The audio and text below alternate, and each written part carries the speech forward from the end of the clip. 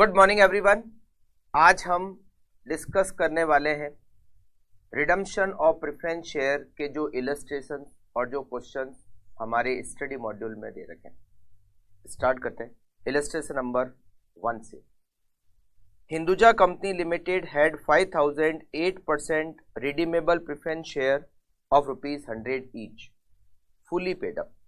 The company decided to redeem these preference share at par by the issue of sufficient number of equity share of ₹10 each fully paid up at par. You are required to pass necessary journal entries including cash transaction in the books of the company. देखिए, हमें 5000 preference share redeem करना है।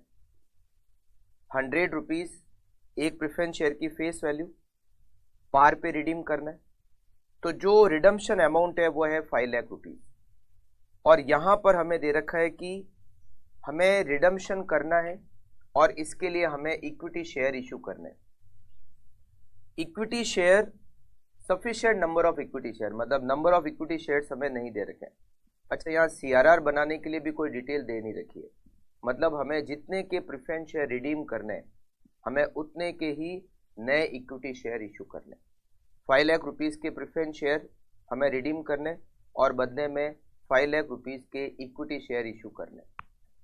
तो first entry equity share issue करने की, bank account debit to equity share capital 5 lakh rupees. Second entry preference share का redemption due करेंगे। 8% redeemable preference share capital account debit to preference share holder 5 lakh, और उसके बाद प्रेफरेंस शेयर होल्डर को payment करेंगे preference share holder account debit to bank. बहुत normal सा question है। तो ये हमारा इलस्ट्रेशन नंबर 1 कंप्लीट हो जाता है। आप देखिए illustration number 2। C limited had 10,010% redeemable preference share of ₹100 each fully paid up. The company decided to redeem these preference share at par. par पे redeem करना है by issue of sufficient number of equity share of ₹10 each at a premium of ₹2 per share as fully paid up.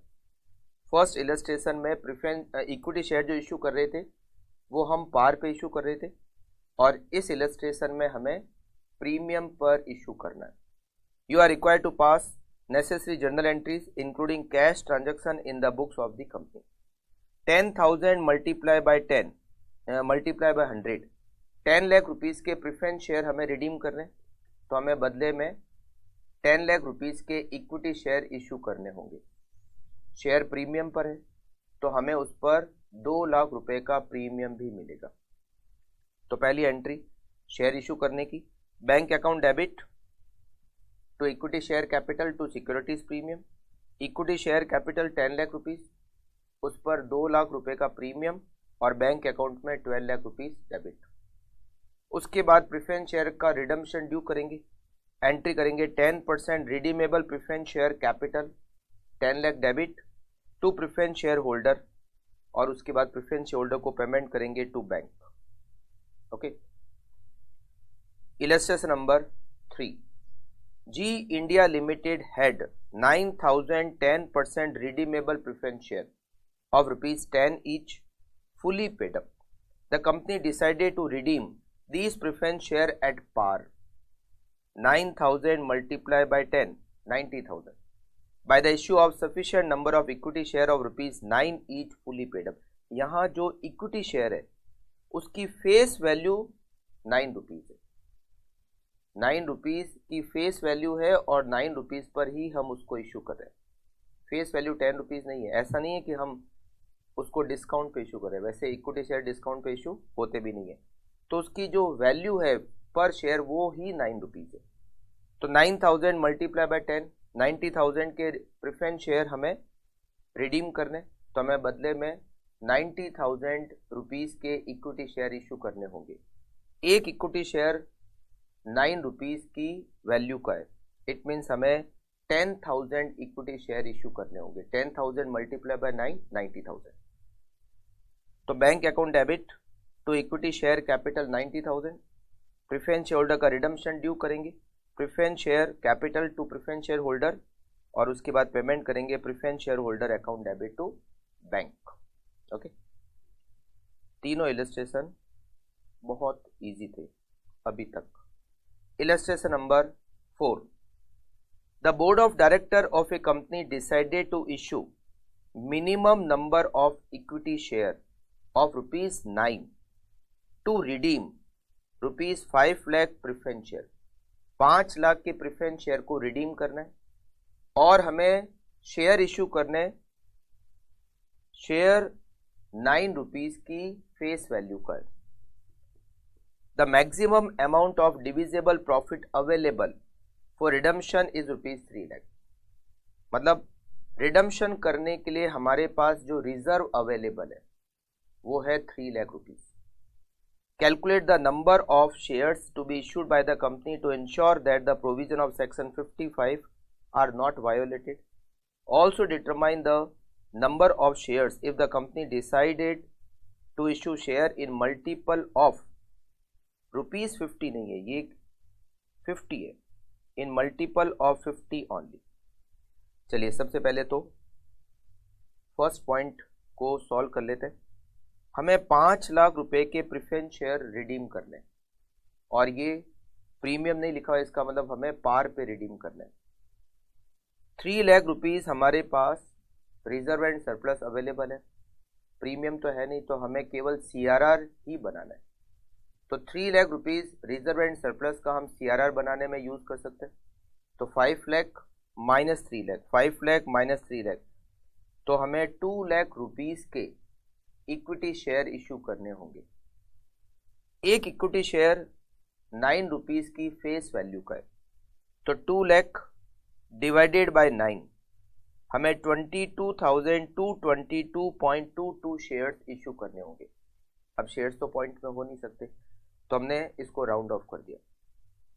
वैसे तो ये point के बाद में 0.22 है, बट फिर भी हम इसको राउंड ऑफ करेंगे तो नेक्स्ट नंबर ऑफ शेयर्स में ही राउंड ऑफ करेंगे। मतलब हम इसको जब राउंड ऑफ करेंगे तो ये नंबर ऑफ शेयर्स हो जाएंगे 22,223। पहले में राउंड ऑफ नहीं करना है, आगे वाले में ही राउंड ऑफ करना है, क्योंकि शेयर्स ज़्यादा इशू हो सकते हैं, कम इशू नहीं हो सकते। कम इशू हो जाएंगे तो शेयर कैपिटल कम हो जाएगी, तो इसीलिए हमें आगे में ही राउंड ऑफ करना है, चाहे यहाँ पर पॉइंट के बाद कुछ भी हो। तो 22,223 शेयर्स हमें इशू करने होंगे। केवल हमें नंबर ऑफ शेयर्स को ही कैलकुलेट करना था। अच्छा, इसके बाद में कह रहा है अगर कंपनी शेयर्स 50 के मल्टीपल में इशू करती है तो 22,223 ये तो 50 के मल्टीपल में है नहीं, तो इसके अगला 50 के मल्टीपल में क्या आएगा 22,250। अगर हम शेयर्स 50 के मल्टीपल में इशू करते हैं तो हमें 22,250 शेयर्स इशू करने होंगे।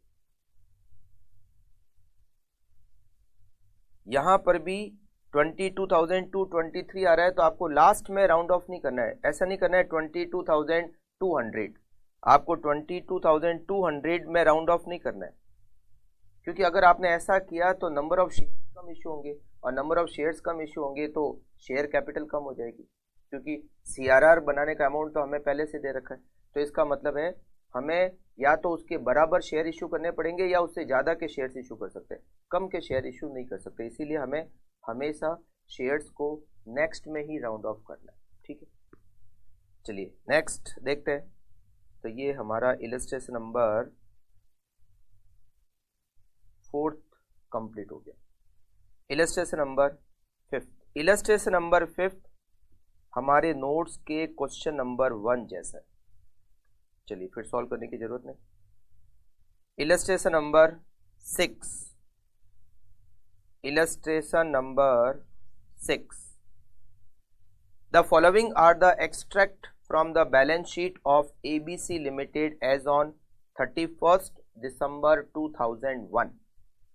Share capital 40,000 equity shares of ₹10 each fully paid up, ₹4 lakh, 1,010% redeemable preference share of ₹100 each fully paid up, reserve and surplus capital reserve, इसका हम यूज नहीं कर सकते, सिक्योरिटीज प्रीमियम का यूज नहीं कर सकते, जनरल रिजर्व यूज हो सकता है, P&L यूज हो सकता है। मतलब जनरल रिजर्व 75,000 और P&L 35,000, दोनों की टोटल होती है 1,10,000। 1,10,000 हमारे पास फ्री रिजर्व अवेलेबल है। 1 January the board of director decided to redeem the preference share at par. Preference share हमारे 1,000 है, प्रेफरेंस शेयर 100 रुपीज़ का है, 1 लाख रुपीज़ के प्रेफरेंस शेयर हमें रिडीम करने, पार पे रिडीम करने, और हमें रिजर्व को यूज़ करके करना है। मतलब हमें नए शेयर इशू करने की ज़रूरत वैसे है भी नहीं, क्योंकि हमारे पास जो free reserve and surplus available है वो 1,10,000 रुपीज़ के। You are required to pass necessary general entries, तो नए शेयर इशू करने नहीं है। तो preference share capital to preference share holder 1 lakh rupees payment करेंगे और फिर CRR बनाएंगे। पहले जनरल रिजर्व को यूज़ कर लेते हैं 75,000 और रिमेनिंग 25,000 हम P&L में से यूज़ कर लेते हैं टू CRR अकाउंट। ओके, ये भी इजी क्वेश्चन था। उसके बाद नेक्स्ट इलस्ट्रेशन 7th, ये हमारे नोट्स के क्वेश्चन नंबर 3 जैसा है, तो इसको भी सॉल्व करने की ज़रूरत नहीं है। उसके बाद हम देखते हैं इलस्ट्रेशन नंबर 8। ये क्वेश्चन भी, ये इलस्ट्रेशन भी हमारे नोट्स के क्वेश्चन नंबर 8 जैसा है, तो इसको भी हमें डिस्कस करने की ज़रूरत नहीं है।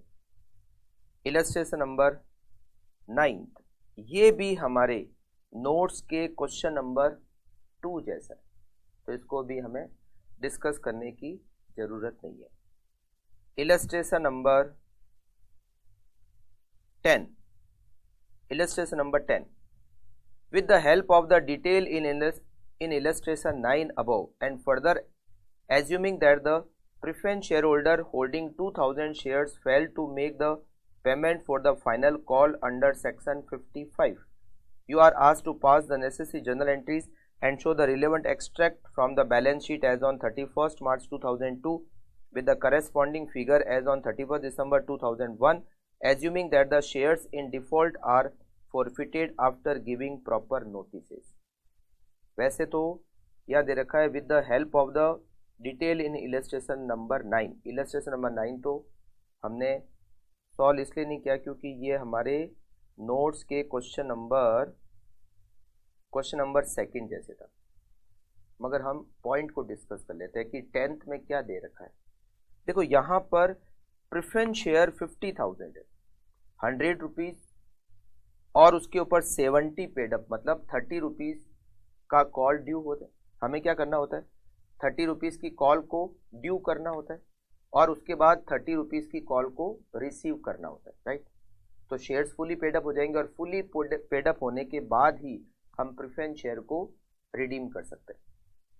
हमने कॉल ड्यू की 50,000 शेयर्स के ऊपर 30 रुपीज़ की कॉल ड्यू की, तो कॉल ड्यू करने की एंट्री क्या हो गई, कॉल ड्यू करने की एंट्री हो गई preference share final call account debit, final call account debit to preference share capital account, और ये हो गया 15 लाख।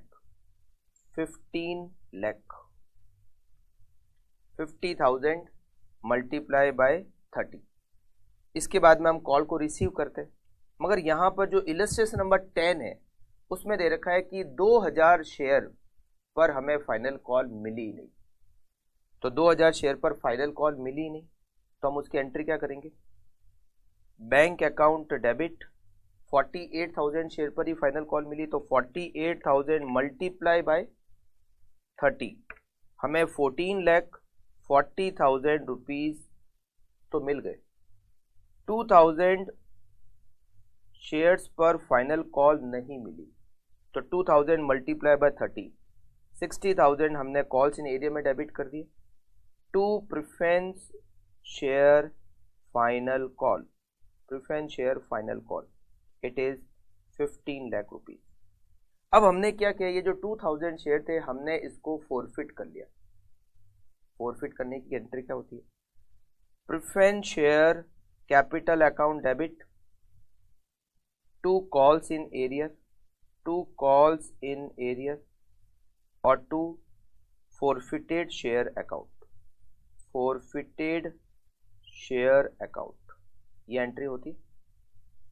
2000 शेयर मल्टीप्लाई बाय 100, यहाँ लिखेंगे 2 लाख। कॉल्स इन एरिया में लिखेंगे 60,000 और 1,40,000 हम लिखेंगे फॉरफिटेड शेयर में। तो हमारे टोटल 50,000 शेयर्स है, हमने उसमें से 2,000 शेयर को फॉरफिट कर लिया, तो रिमेनिंग कितने बचे? 48,000। अब हम जो रिडम्पशन करेंगे वो केवल 48,000 का ही करेंगे, क्योंकि 2,000 शेयर तो ऑलरेडी फॉरफिट हो चुके।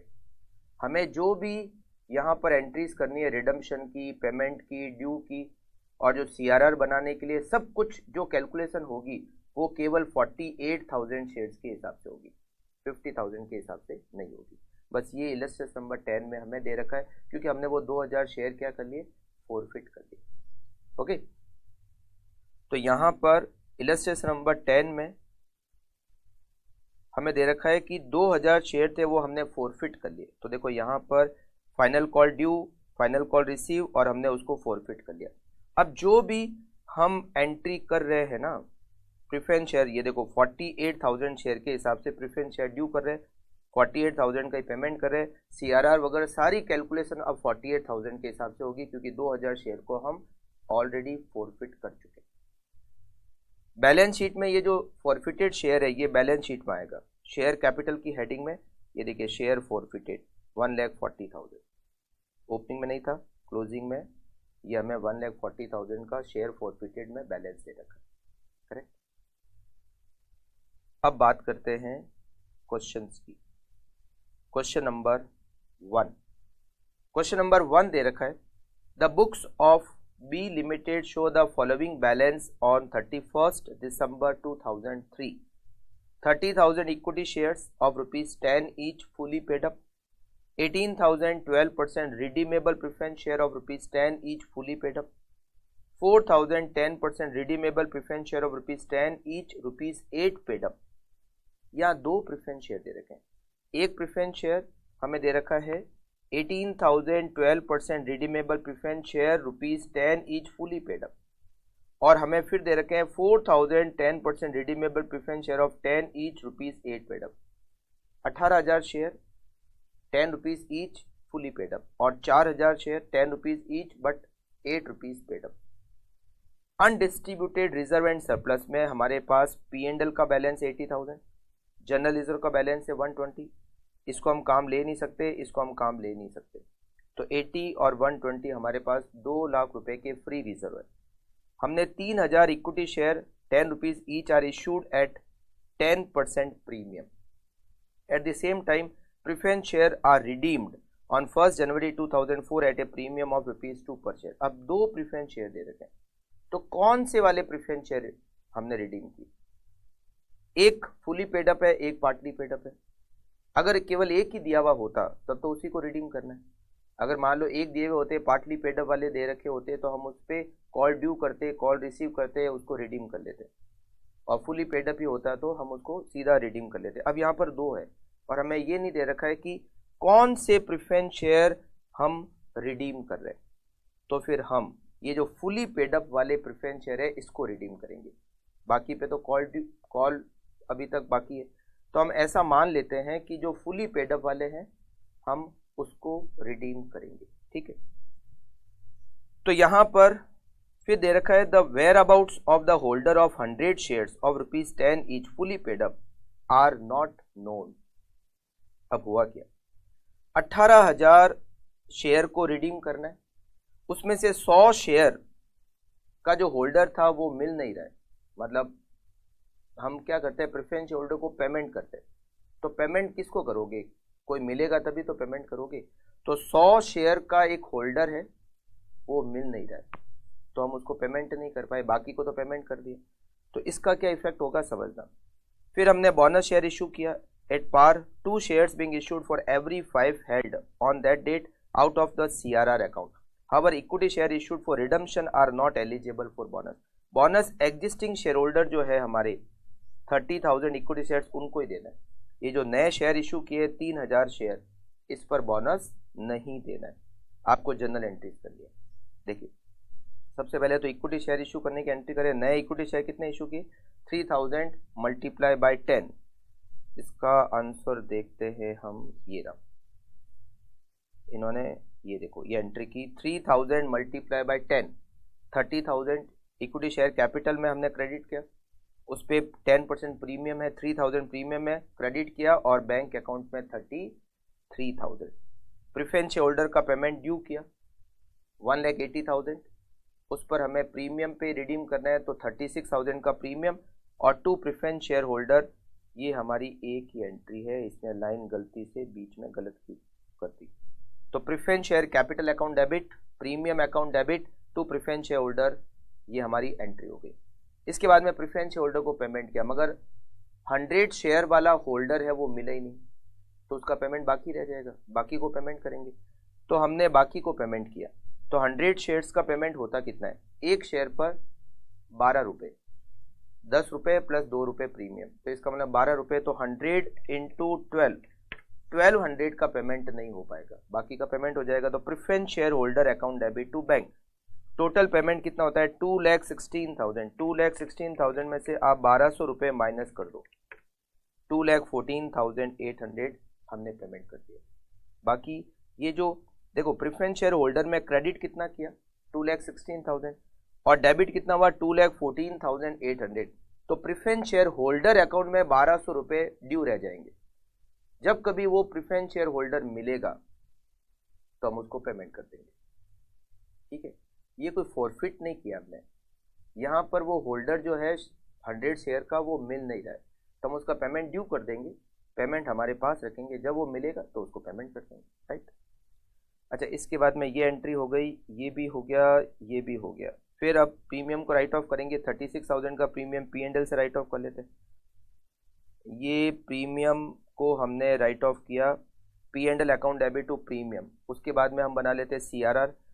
180 के कैपिटल हमने रिडीम की, नए शेयर 30,000 के इशू किए, तो 150 का CRR बनाना है।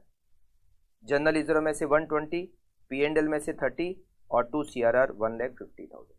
अब हम देंगे बोनस। बोनस 5 पर 2 शेयर, तो 3 लाख रुपीज़ के शेयर है, डिवाइडेड बाय 5 मल्टीप्लाई बाय 2, 1,20,000 का बोनस देना। और बोनस CRR में से सबसे पहले देते हैं। तो यहाँ पर CRR अकाउंट डेबिट, ये बोनस की entry, bonus to share holder account debit to equity share capital, और बोनस को हमने रिजर्व एंड सरप्लस में से चार्ज किया। तो CRR सबसे पहले, वैसे भी बोनस देने में हम CRR का ही यूज़ करते हैं, तो हमारे पास CRR आ चुका है 150 का। हमने इस 150 में से 120 का यूज़ कर लिया बोनस को चार्ज करने में, बोनस को राइट ऑफ करने में। तो CRR account debit to bonus to share holder 1,20,000, सारी एंट्रीज हो गई, ठीक है। नॉर्मल क्वेश्चन था, बस वो 100 शेयर का होल्डर है वो मिल नहीं रहा है, तो वो एक इसमें एडजस्टमेंट, नया एडजस्टमेंट है। अब बात करते हैं सेकंड क्वेश्चन की, मगर ये सेकंड क्वेश्चन अभी हम नहीं कर पाएंगे क्योंकि इसमें रिडम्पशन ऑफ डिबेंचर का भी पॉइंट है। रिडम्पशन ऑफ डिबेंचर चैप्टर तो हमने अभी तक किया नहीं, तो ये क्वेश्चन हम सबसे लास्ट में, कुछ ऐसे क्वेश्चन होंगे जो एक से ज़्यादा चैप्टर से रिलेटेड होंगे, तो ऐसे क्वेश्चन को हम उस समय होल्ड करेंगे जब पूरा कोर्स खत्म हो जाएगा, तो हम उन सारे क्वेश्चन को लेंगे जो हमने चैप्टर के साथ में नहीं किए। जैसे ये क्वेश्चन है, क्वेश्चन नंबर 2, इसमें रिडम्पशन ऑफ डिबेंचर का भी पॉइंट है, रिडम्पशन ऑफ प्रेफरेंस शेयर का भी पॉइंट है, तो रिडम्पशन ऑफ डिबेंचर का चैप्टर ही हमने अभी तक नहीं पढ़ा। तो ये सबसे लास्ट में, जब अपना पूरा कोर्स, पूरा चैप्टर कंप्लीट हो जाएगा, उसके बाद में वो सारे क्वेश्चन हम ढूंढ लेंगे कि हमने कौन कौन से क्वेश्चन उस समय नहीं किए थे, वो एक साथ फिर करेंगे। हो सकता है मुश्किल से 12-13 क्वेश्चन ऐसे आएंगे जो हम सबसे लास्ट में एक साथ सॉल्व करेंगे। तो ये क्वेश्चन नंबर 2 उसी टाइप का क्वेश्चन है जो हम सबसे लास्ट में करेंगे, लास्ट में करेंगे पूरा बैच कंप्लीट होने के बाद। उसके बाद में आता है हमारा क्वेश्चन नंबर 3। क्वेश्चन नंबर 3 तो हम कर सकते हैं, चलिए देखते हैं। Trinity Limited gives you the following information as at 31 March 2001।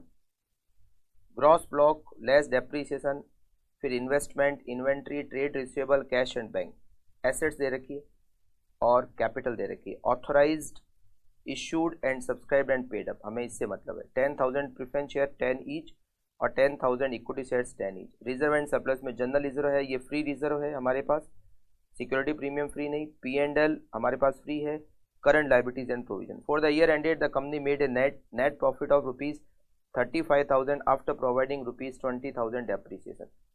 मतलब ये हमें बैलेंस शीट 30, ये जो बैलेंस दे रखे वो 31 मार्च 2001 के दे रखे हैं, और इस ईयर का हमारा प्रॉफिट हो गया 35,000। तो हमारा ये जो P&L है अभी 18,500, इसमें 35,000 और ऐड हो जाएंगे, तो हमारा P&L का बैलेंस हो जाएगा 35,000 प्लस 18,500 इक्वल्स टू 53,500 का बैलेंस हो जाएगा।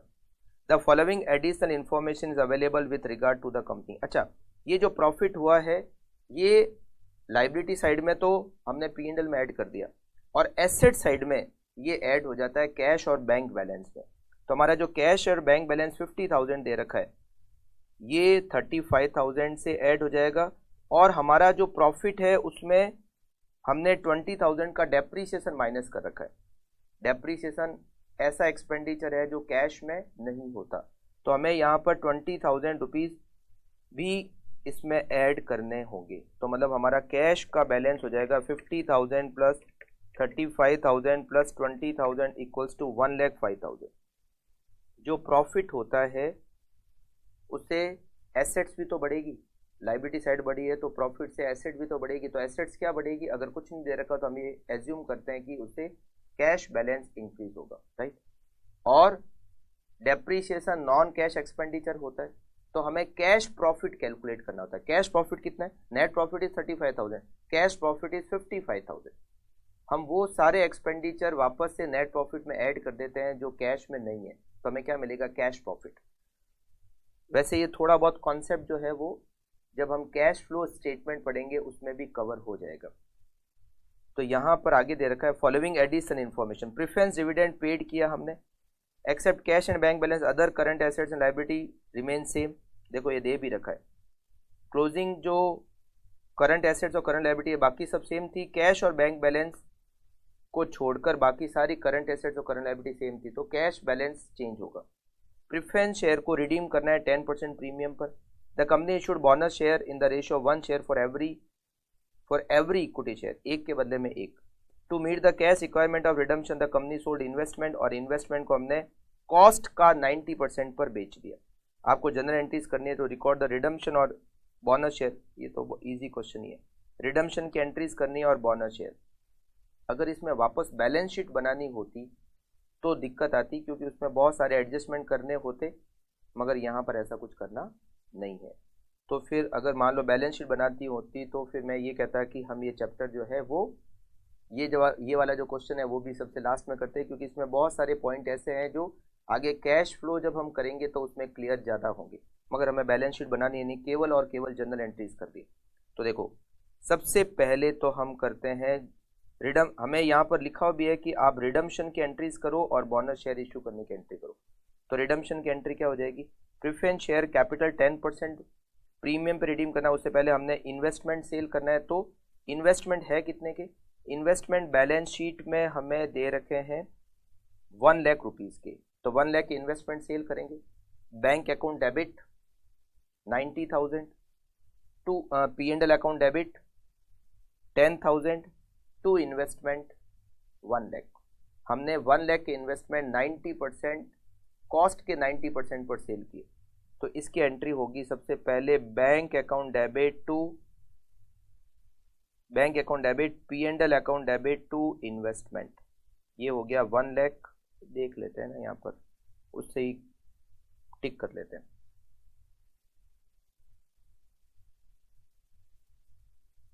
इलस्ट्रेशन पर देखो यहाँ पर ये bank account debit P&L account debit to investment, 1 lakh investment, 90,000 bank में डेबिट और 10,000 P&L में डेबिट। अब प्रेफरेंस शेयर होल्डर का हमने रिडम्पशन ड्यू किया 1 लाख रुपीज़ के प्रेफरेंस शेयर कैपिटल, 10,000 प्रीमियम और होल्डर में 1,10,000। फिर हमने होल्डर को पेमेंट किया preference share holder account debit to bank 1,10,000। फिर हमने प्रीमियम को राइट ऑफ किया, ये जनरल रिजर्व में से प्रीमियम को राइट ऑफ किया 10,000। फिर हमने CRR बनाया, तो जनरल रिजर्व हमारे पास बहुत सारा है तो हमने उसी में से CRR बना दिया। नए शेयर इशू नहीं कर रहे हैं तो जितनी कैपिटल रिडीम कर रहे हैं उतना का हमें CRR बनाना पड़ेगा। General reserve account debit to CRR, चलिए ये एंट्री भी हो गई। इसके बाद में हमने बोनस दिया एक पर एक, तो अभी हमारे इक्विटी शेयर कितने के हैं एग्जिस्टिंग में। हमारे अभी जो इक्विटी शेयर